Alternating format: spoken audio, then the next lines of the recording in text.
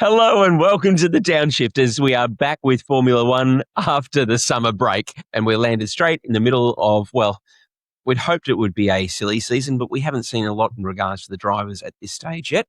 But we have seen that Max Verstappen is now a free agent.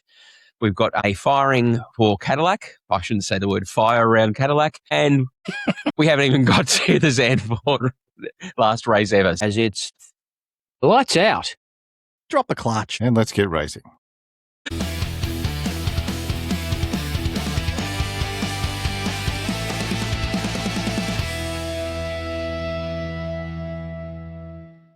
So welcome everybody to the Downshift as we return from summer break or a freezing winter break here in Melbourne. As we are 11 rounds down with 12 rounds to go so far, with Antonelli leading on 219 points, a commanding head start over Hamilton with 169, Russell in third place at 160 and Leclerc in fourth at 138. We did see Norris's maiden 2026 victory in Hungary that lifted him to fifth place. But Mercedes is still dominating the constructors' fight, 379 points to Ferrari's 307, with McLaren on a measly 220 in third place. Verstappen does send sixth place after a miserable first half, and his Red Bull exit clause is now officially live as we head into the second half of the season. We enter the European doubleheader as we open the second half of the season with Zandvoort up this weekend. Now, this is the last race for Zandvoort at this stage as it's not continuing on into 2027 and then flowing into Monza at the start of September. So as we do look to farewell Zandvoort, I'd like to ask the team, what are we looking forward to in the second half of this season? Happy? Just looking forward to seeing Kimi holding the trophy at the end. I think he deserves it. It's been a great season. He's dominated all season, and congratulations, Kimi. Well done. Is there any point continuing then? Should we just cut it off now and hand him the trophy? No, we might as well just... on these last 12 races? We might as well just wrap up. The last 12 races will be entertaining for sure, but I'm just looking forward to congratulating young Kimi. What a talent. Is Cam Waters going to be delivering the trophy? Yeah, write that down, KT. No. Yep. I hope Oscar comes second, but it's getting tougher and tougher to envision that every day. But yeah, Kimi's done a great job so far. Well done, Kimi. How about you, Schwags? Well, I'm looking forward to Ferrari fulfilling the prophecy and winning this year, coming through with all their weekly upgrades, and Fred leading the team to victory. That's what's going to happen. That's what I'm looking forward to. And how about you, Lachy? I'm just wondering if I can get some of the same mushrooms that Dan's smoking down the side there, clearly. But no, I think it'd be interesting to see... Hopium, right. He must have copious amounts of that then. Yep. Now, I think it'd be interesting to see if Aston Martin's upgrades can actually give them some sort of life to cling on to, I suppose, to head up the list a bit. I think it'd be interesting to see then if we can have a more challenge between them, Audi, even Alpine as well. I think the middle guys to actually watch. I think that'll be the more exciting part of where it'll be. I'm not fully convinced that Antonelli's got it under wraps at the moment, given what happened in the second half of last season. I think we should just hold back a little bit and maybe not give him the trophy next round. Maybe wait a few more rounds before we do that. A few? 2 more rounds then? That's a few, is it? A few being, say, I don't know, 10 or 11. Let's go with that. Yep. I am with you. I think Aston Martin will be the big thing to look at in the back half of the season, and also to see if Cadillac can stop destroying brakes with fire and finish a few more races and improve their performance too. But yeah, Aston Martin for sure, one to watch. Yeah, definitely agree. Looking at that midfield and or tail end of the grid, really looking forward to seeing what developments those teams bring through. Aston Martin, Williams, Cadillac. It'd be great to see Cadillac score a point in the last half of the season. And I mean, again, this is where there isn't the expectation for Cadillac to be able to do that, given that they are a brand new team to F1. So, it's really just a case of them getting more laps and getting more data to be able to develop the car for the coming years at the same time. So, and look, selfishly, do you think they've got enough data on the fact that their brakes catch fire now, or you think they're still testing that part? Like, surely they can upgrade that part to say, yep, we've got that figured out. Let's change them. And look, why don't they talk to Hamilton and go, look, mate, your brakes work really well. Can we use the same supplier that you've got? Yours don't seem to catch fire. Like, it could be something they could swap. I don't know. Could be. But no. And look, I mean, I've got to say, selfishly, I'm looking forward to the Spanish Grand Prix at Madrid. So, in fact, I'm getting a little bit nervous, I've got to say. I've seen a few images of the track, which isn't quite yet at completion. You might be sitting on a just camping chair mounds of somewhere. dirt that are Do you have to take your own camp chair? Take your own umbrella and a camp chair. That's it. Pack your own lunch. The small fortune that I've paid to be there, it's more and more nervous every day. Yeah, the pictures I saw were not giving you a lot of hope there, KT. It looked just like a complete construction zone. But mind you, we've seen this in the past with new tracks as well, is that, leading up to the month before the race, there's been a lot of work to do. And in fact, they've been working that final week, but they've delivered. So, I'm crossing fingers, toes, everything that I can cross to see that that's going to be a good track. Going to have to deliver, aren't they? Yeah, absolutely. Yeah. But we're not here to talk about Madrid. We're here to do the preview of Zandvoort's final Grand Prix for now, as this is their last time on the calendar for Formula One. Uppy, how about you take us through what we're looking forward to this week? Zandvoort, yes, one of the old school drivers' tracks on the circuit. So this is not a modern design. It's been around for a very long time. Its first Grand Prix was in 1952, actually. So a long time ago. It's quite an undulating track, lots of ups and downs, heavily banked corner. So the Tarzan corner, I think it's called. Someone's going to have a go at my pronunciation here, but I'll do my best. I can't do worse than KT. Anyway. Well, that's exactly right. Big call. Challenge accepted. It's a challenging track for overtaking. It's lots and lots of corners and the straights aren't super long. But I think with the new cars, we might see a bit more overtaking action. The fastest lap time around here is from Lewis Hamilton back in 2021. This one's for you, Dan. Lulu did a 1:11.097, which was a good time. It's been on and off the calendar until 1985 and then a 36-year absence before Max inspired its 2021 return. I don't know if he inspired it, but it's certainly been a great home race for him, and there'll be lots of orange shirts and hats in the crowd. It's the 6th F1 since the comeback, and for now at least, probably the last under the current promoter agreement, unless they swap and change or alternate with someone else. New this year, the big news, I guess, is that it's the first ever sprint weekend for Zandvoort. So we'll have one practice, straight into sprint quali, sprint race, and then GP qualifying and race after that. Hopefully it goes okay. I mean, we can only hope that with some battery power and a bit of button pushing that we get some overtakes, which would be good. And look, I think this is where for the sprint weekend, this actually goes to McLaren's favour. Why do you think? Well, because the McLaren's bring upgrades to Zandvoort as well, and from that perspective, is they've traditionally been strong at this track, both drivers, and so therefore, if it doesn't give the other teams much time to practice, potentially this is going to be good for them. Are they bringing upgrades for both the cars or just one of them? I don't know. According to your comments at the last episode, Lachy. Well, I feel that both teams. Well, Lando might get the upgrades, and Oscar will get the ones he had last time. So.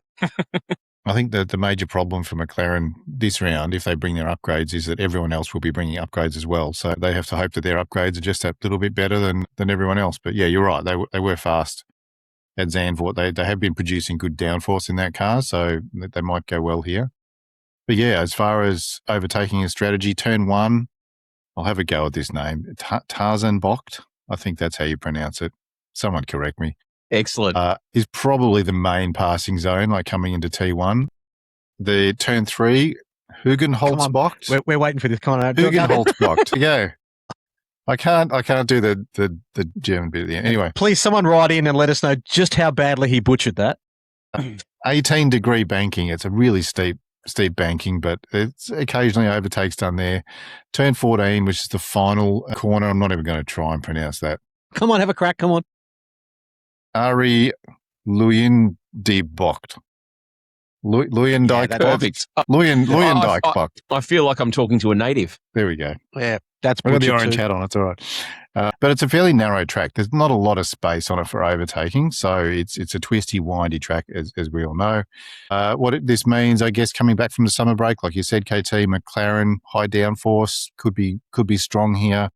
Mercedes, maybe a bit of rear end instability in their high downforce trim, but they've been reasonably strong everywhere so far. And again, we keep talking about this with most races this season, but you can't write off Verstappen, especially given it's a second home race, I guess, with Austria being the other one for Red Bull. But this one as well, he seems to do well here. And if they can get a car that gets out of slow corners well, yeah, it could be on for a good result too. And now that Verstappen's free agent, he might need to prove himself as a good driver to other teams. I think this weekend. Yeah, you're right. You reckon he needs to work on his? He needs to just his driving image, show what his abilities like. Needs to bump his resume up a little bit. I hope he get can. Those scouts looking at him. I'd love him to get a bit of a pay rise because he's not getting paid very well now. It's on struggle street. Poor kid. All right, tyres. What are we seeing tyres this weekend? So tyres this week. So as you said, it's a extreme track with lots of continuous lateral G-forces to its high-speed bank corners and lack of straightaways. So there's no rest or recovery for the tyres. So typically, Pirelli gives us the C2, 3 and 4, and it looks like this weekend is no different, back with the C2, 3 and 4s. Typically, the front left tyre endures a maximum punishment, particularly through loaded apex and banked sections. Turns 3 and 14, which mentioned earlier, steep banking, magnifying the vertical and lateral loads on the tyres. So we've seen previously race strategy here is normally medium to hard, unless you're McLaren perhaps. One-stripe strategy, typically the best way to get round. So I'll be interested to see what happens there for the teams. And as you said, with the narrow track, passing notoriously difficult. So this is going to mean everything's going to be really important for quali to get your nose in front, and also race strategy for making the most of all that. And we also have a lot of being on the coast here. We have the coastal winds blowing sand on the track as well, which also adds to the wear on the tyres and give us some opening the windows for some alternative two stoppers maybe under and undercuts to come into play. It is a track that gets quite dirty and gets cleaned off as sessions go, so it ramps up quite quickly. But I think what you said then, Dan, about passing's difficult and it comes down to good tyre strategy and so on, that's pretty much ruined Ferrari's chances this weekend then if it comes down to strategy. So come on. Don't be like that. They haven't screwed everything up. Don't say the S word.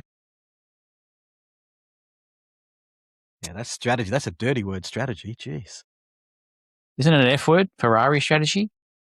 But you also see that there's the opportunity for undercuts here as well, given that it's a short, tight track. Drivers will be wanting to try and undercut to take position. Position's really important, and well, hopefully there's a good tyre offset and we get a bit of good strategy in the race. The safety car always helps around here too. Yeah, which is always possible. Well, normally you get one when Cadillac starts burning on the side, so that's always a good chance for everyone if they can't get back to the pits. So we haven't seen it as of yet, but Lachy, are we looking at potentially a wet race for Zandvoort?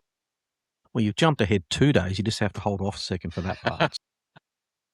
Look, I think what we're going to find is on the free practice session for the first one, we are just looking really sort of sunshine and 19 degrees for that on the Friday. So I don't think we're going to have any sort of chance of rain in terms of that.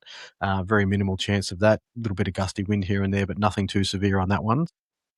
Coming through to Saturday, though, it's going to be a couple of degrees cooler, around about 17 degrees there. There is chance of showers, though. So this will be, if we're going to have showers, it's going to be mainly for the sprint race. Talking to the weather guides upstairs, I think it'll have cleared off by the time we actually have qualifying. So we're probably going to have a dry quali, but I would be very interested to see if we have wet weather for the sprint race, how that will affect the package setups for the qualifying, because they won't have anywhere near as much data to run off. So that could make it very interesting from that. But more importantly, though, race day, you can just move forward there. Thanks for that.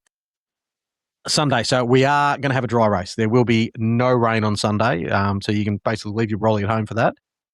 Chance, though, we will have a little bit of gusty wind here and there. So it depends on how much sand gets blown across the track. But we are expecting 19 degrees and sun. So let's go. Bring it on. Excellent. I think one of the other things we forgot to mention was there are 2 straight mode zones for this track. So again, energy deployment may be a little bit better for this race, given the fact that it is tight and twisty turning. Yeah, I think the second zone's in a short straight, so it's probably not going to impact cars much. And the main one is down the main straight. So we have seen that, like we said before, I think that these cars tend to be able to follow a little bit closer perhaps than the previous reg. So if someone is close enough through that last banked corner onto the main straight and they've got a bit of extra deployment, then we should see some overtakes down there, I think.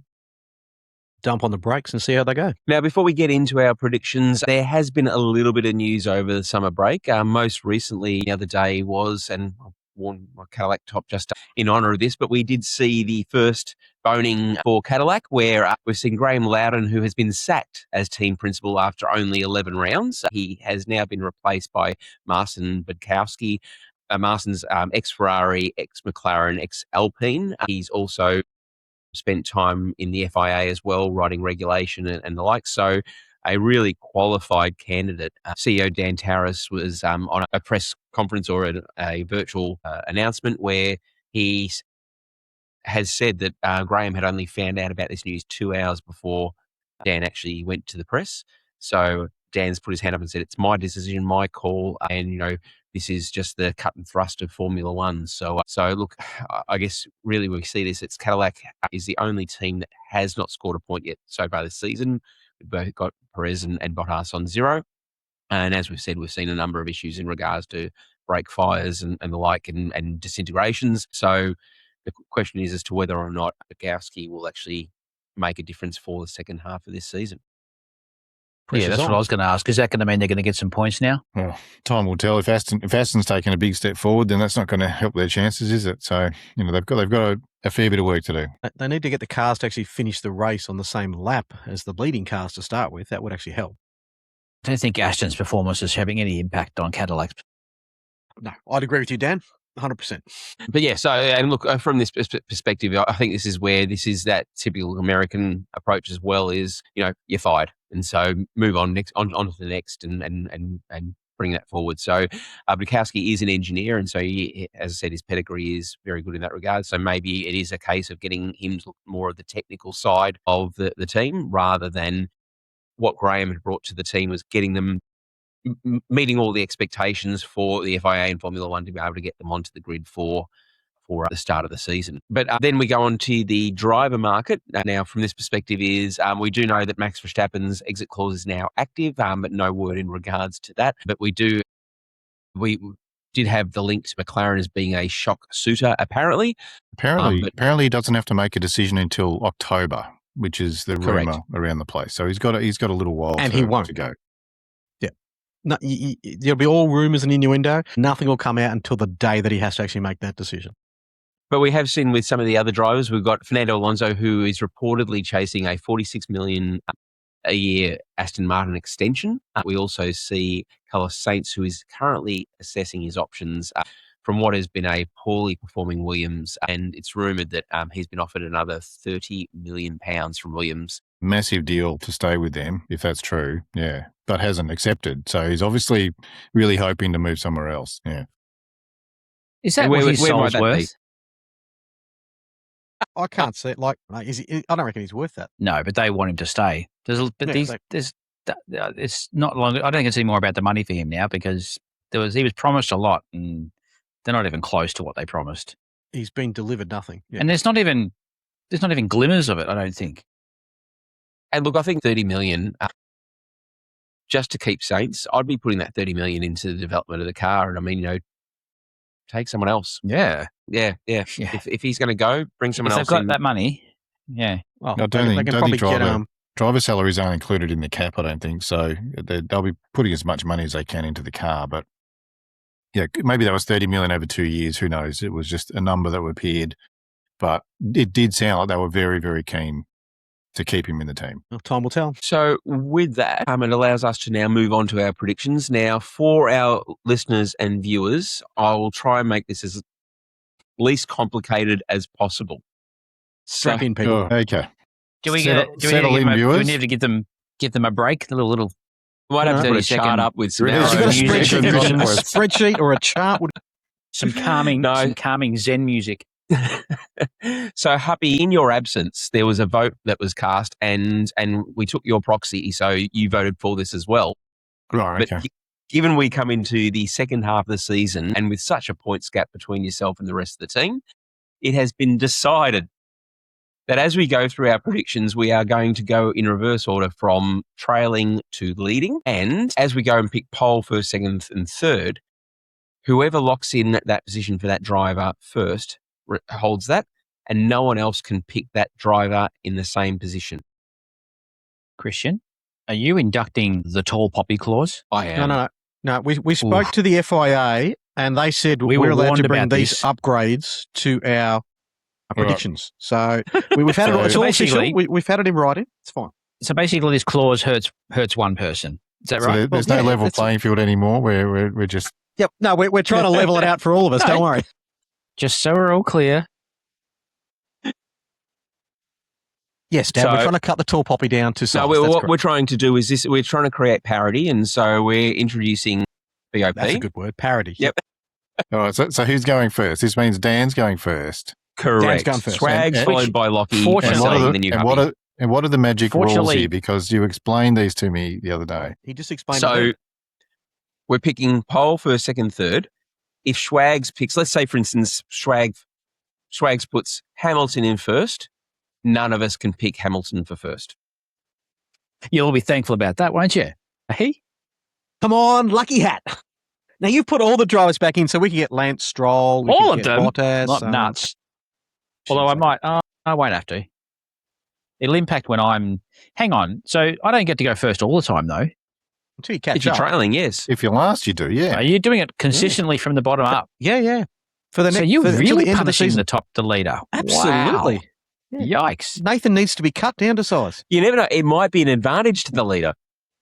Did I sound surprised enough not to upset Nathan? I don't know if all of our viewers would agree with this change in the rules. I still can't believe Nathan voted for it. It's amazing. So, nothing to do with the sprint this weekend, is there, for tips? Oh, and what's our wild card, Christian? Our wild card is that McLaren are bringing their second round of upgrades to Zandvoort. We're going to pick the combined team points for the main race. So putting McLaren. Oscar and Lando's points together. So what McLaren scores for the main race. What? Sorry, I'm just working on something here. All right. Forgot about that one. You're still using the magic hat to make your predictions? Yeah, no. Oh, that doesn't change. This system is novel. As novel as this system is, it's not going to help me. So that's okay. But it could hurt us. It makes two of us. Yeah, but it's. I'm joining the club. It's still not going to put me anywhere near the top, so that's okay. That's all right. We're all having fun. We're all just friends having fun, aren't we? When did it get so serious and so competitive? Anyway, so pole position is going to be. Oh, that's all right, Kimmy. Well, there you go. Kimmy, yeah. That's not bad for me, but it's going to screw everyone else up, isn't it? Yeah. Okay. It could. Thank you, Magic Cat. And pole, or winning, sorry, is Kimmy.